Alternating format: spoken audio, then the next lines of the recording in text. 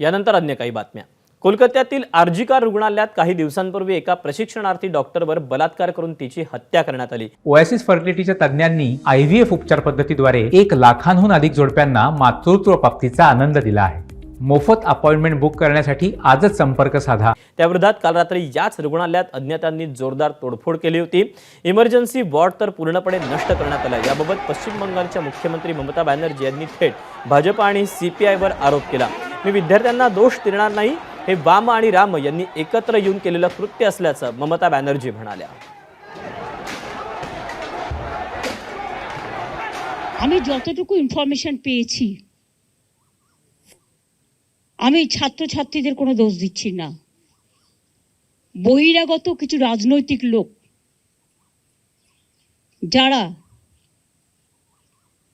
বাংলায় অশান্তি করতে চান, বাম এবং রাম, তারা একত্রিত হয়ে এই গন্ডগোলটা করেছে। আমার সবচেয়ে খারাপ লাগছে কি জানেন, ঘটনাটা তো দুঃখজনক।